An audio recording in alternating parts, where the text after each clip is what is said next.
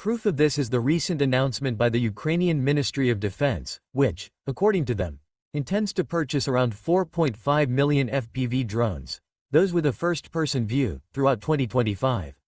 Most of them would be produced within the country itself. This would more than double the volume acquired last year. Yes, folks, one question that the Ukrainian public is asking is whether the incursion into Kursk was worth it.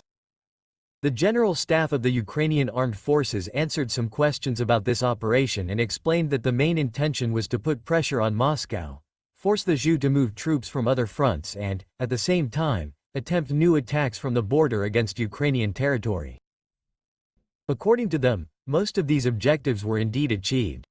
Now, what draws a lot of attention was the initial impact of the offensive.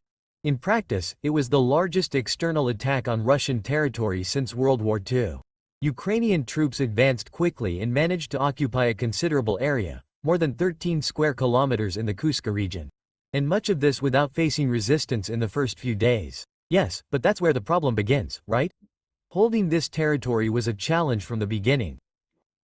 The operation involved assault troops, both air and naval, but the contingent was not large enough to sustain long-term control of the region. And this point was highlighted by Serhiy Hakhneman, who is part of the Ukrainian Parliament's Security and Defense Committee.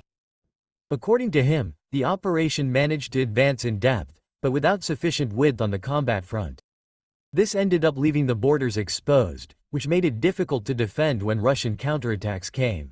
The situation began to worsen at the end of the year, when Moscow sent reinforcements, elite units, more drones and, according to sources close to the Ukrainian armed forces, even North Korean troops.